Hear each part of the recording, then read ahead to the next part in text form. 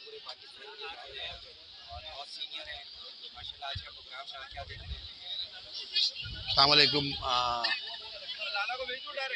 आज का प्रोग्राम तो ज़ाहिर है एक बड़ा हैसियत रखता है, इसलिए कि इकबाल लतीफ़ साहब को तमगा इम्तियाज़ हुकूमत पाकिस्तान ने दिया और ज़ाहिर है अहमद शाह साहब रूए रवा हैं, आर्ट्स काउंसिल के सदर हैं, कायद हैं हमारे, तो इस सिलसिले में वो कोई मौका हाथ से नहीं जाने देते।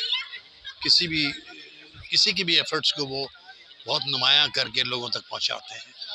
थैंक यू अहमद शाह साहब और थैंक यू आर्ट्स काउंसिल, और बहुत मुबारक मेरी तरफ से इकबाल लतीफ़ साहब को। हम उन्हें भैया कहते हैं, जगत भैया हैं वो, और हमने बहुत कुछ उनसे मोहब्बतों के साथ